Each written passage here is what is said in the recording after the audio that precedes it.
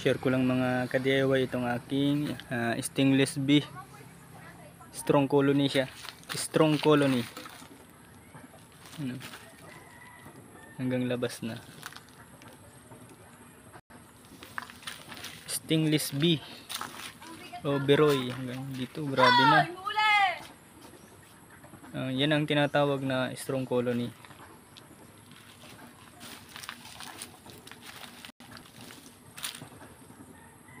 Gumagawa na rin sila dito sa taas ng bahay nila ng brood, kasi sa baba puno na ng brood.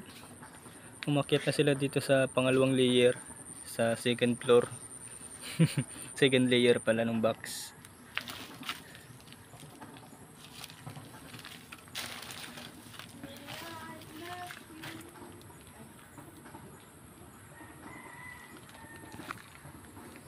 Ito naman yung isa nating bahay ng stainless B. Nagka-problema siya.